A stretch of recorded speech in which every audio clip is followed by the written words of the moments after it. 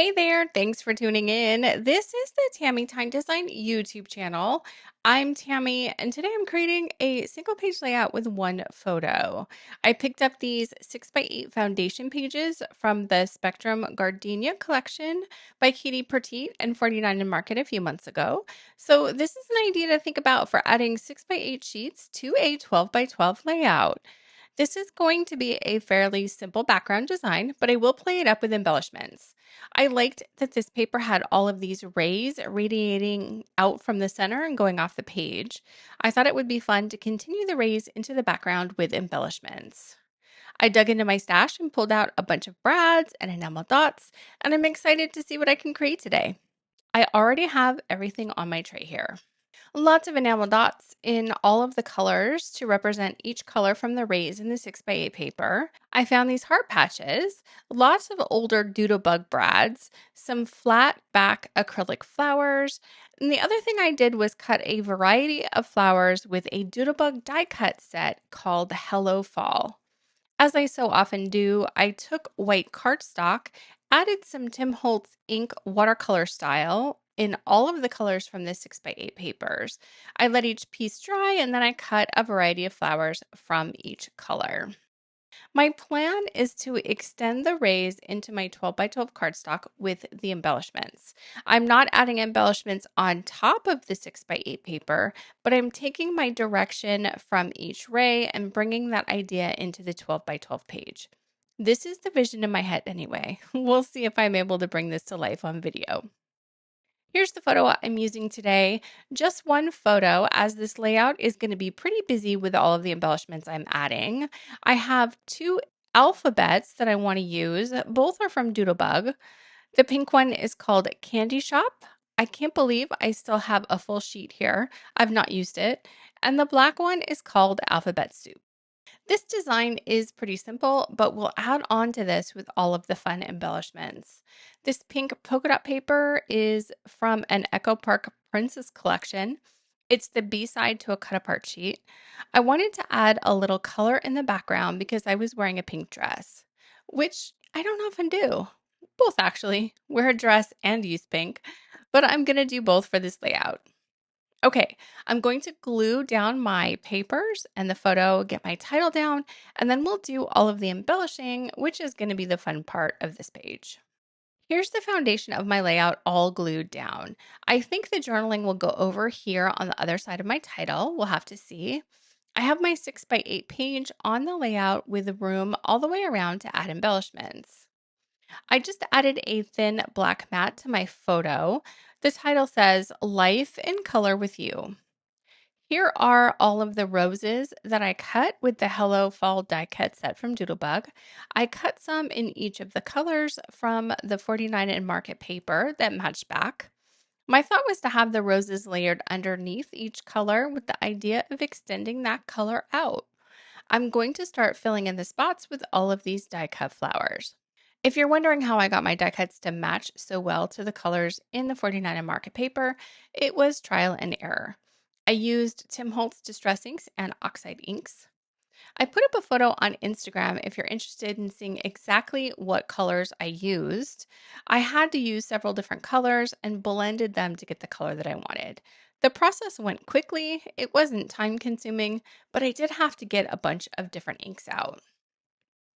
The technique was simple. I simply applied the ink directly to a craft mat, spritzed with water, and used a paintbrush to brush the color onto white cardstock. In between coats, I would use my heat gun to dry a layer and then add more color as needed, dry that layer, and continue until I had the color that I wanted. I do this mostly because I personally have a very small collection of color cardstock. I moved several times over a few years, and paper is pretty heavy and not easy to move from place to place. It was much easier for me to let go of solid cardstock than it would have been to let go of pattern paper. So I donated most of my color cardstock so I wouldn't have to keep moving it. I do still have some, but I just don't buy it anymore. Ink, on the other hand, is portable, and using my inks to color white cardstock makes me feel like I'm getting my money's worth from them. Now that my flowers are down, I do have an empty space on the red ray next to my title. I did die cut a variety of flowers at the same time, so I do have extras that might work.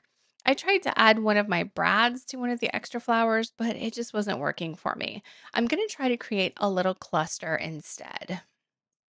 This closed flower with 5 petals is actually the backer to the rose. The Hello Fall die cut set, it has layered dies. If you want, you can back the rose with a darker color on the bottom and a lighter color on top and get some shading. I didn't need to do that for this layout, but I really love that the Doodlebug die set gives you these options. I have a container off to the side with all of my extras, and I'm just going through it to see what I can add here. I don't think you can see this one, but it has branches with these little blooms at the top. I'll set it on the white cardstock soon so that you can see the detail. I can layer this behind a larger flower and it will help add some dimension and fill in that white space. I'm really trying to make decisions quickly here. I didn't want to spend a ton of time tinkering and fussing.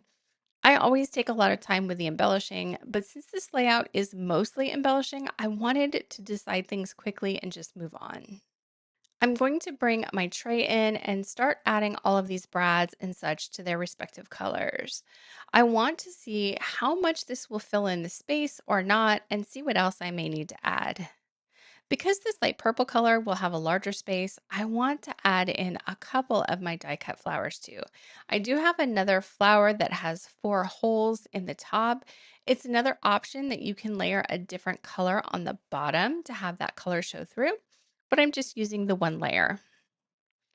I thought I would try to layer that small flower on top, but these flowers were just not the right fit, so I will find the other flower that I was talking about.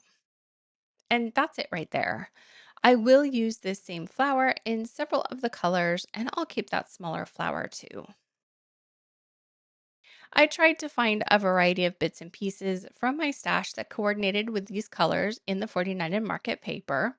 Luckily, I found some of the same things in different colors that all coordinated and were from the same brand, so there is some continuity across the colors. I had these fun heart patches in my stash, and it just happened that I found 3 that matched my colors pretty well. As luck would have it, when I get all 3 hearts down, they will form a visual triangle of hearts on my page. I think layouts like this give you a great excuse to go through your stash and pull out some older stuff. I have a big bag of Doodlebug brads.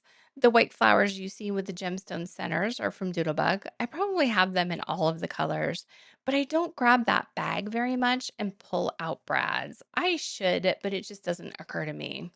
But now that I'm doing this page, not only will I use some of these on this page, but it'll be fresh in my mind on the next few pages. So maybe I'll pull them out again soon. All of these brads are the real thing, the old school version with the prongs. I'm definitely a fan of the new flat pack brads with the adhesive, but they're pricey compared to the big packs that we used to buy back in the day. I still have a ton of brads in every color, but it's another thing I just don't pull out that often. I tend to opt for the enamel dots because they are way more convenient to use. The colorful flatback acrylic flowers have also been in my stash forever. I do like how they're adding a pop of color to each of the clusters. Again, it's fun to create a page like this once in a while that offers the excuse to use up all of these bits and pieces. Now that I've got all these goodies down on the page, I'm going to bring in my trusty We Are Memory Keepers piercing mat. This will protect my table when I'm poking holes for all of these brads. I'm going to use this paper piercing tool that I picked up at the Dollar Tree. It comes in a set of 2. Surprisingly, or not, depending on how you feel about the Dollar Tree, this is a good tool. I like that the piercing end isn't super fat. It doesn't make huge holes, but the holes are big enough for the brads to go through. But first, I'm going to glue down all of these loose flowers. Nothing technical here, just adding some wet glue to each flowers to get it down, and then we can move on to adding all of the brads. Like I said before, I'm trying to make these decisions quickly and commit rather than fussing around with these things for too long. While I'm adding all of these embellishments, I'll tell you about this photo. One of my cousins got married in May. Actually, it was my first cousin's oldest son. He was the first of my aunt's grandchildren to get married. I'm almost the youngest of my generation of first cousins. There's, I think, one cousin that's younger than I am. I just got married myself for the first time. And yeah, I was a little bit of a late bloomer getting married in my late 40s, but it feels crazy to me that my cousin's kids are already getting married. But then you do the math and realize that they're all in their 30s now. Yeah, it was a big reality check for me. The wedding was held at a resort on Lake Ontario, so we dashed over to the lake at sunset to grab this photo. This was the first big family event that I got to bring my husband to. While we were out there chasing the sunset, it kind of made me realize that even though I would have gone out there to watch the sunset when I was single and on my own, it's just better now to share it with someone. Summer was just beginning and the color was blooming all around us. So, life in color with you is exactly how I was feeling. The only thing I wish we could learn is how to look at the side of the phone that has the camera. I almost didn't print this photo because we were not looking in the right direction, but it was the best one I had of these sunset photos. So sometimes you just got to go with what you have. With all of the embellishments down, I'm going to fill in each color with the enamel dots. I tried to pick a variety of different types of dots. I have some glitter gems and flower gems from Queen and Company, some flat back pearls and enamel dots from Doodlebug, and some other gems that I picked up at Hobby Lobby. Now that I have completed the layout, I will say that the one thing I wish I would have done was taken a ruler and extended the rays from the 6x8 paper with light pencil lines and then filled in the embellishments within the lines. I'm very left brained normally. Numbers and spreadsheets come much more naturally to me than being creative. But when I'm in the zone and creating, I really try not to put too much structure on myself. I don't measure, I tend to eyeball everything. And for this one, I really wish I had given myself some more structure. If that kind of thing is important to you, definitely add your pencil lines. It doesn't make me dislike the layout. No, not at all. I'm happy with how it turns out. There are many more memories to record, and I just don't let myself get too hung up over what I could have done or should have done differently. I probably should have changed the orientation of the photo too and had the sun in the picture be in the center of the 49 and market paper, but I just didn't spend enough time planning it out. I know some people love to plan and some people just wing it. Where do you fall on that spectrum? My goal for this layout and for the video was to take a 6x8 paper and use it on a 12x12 layout.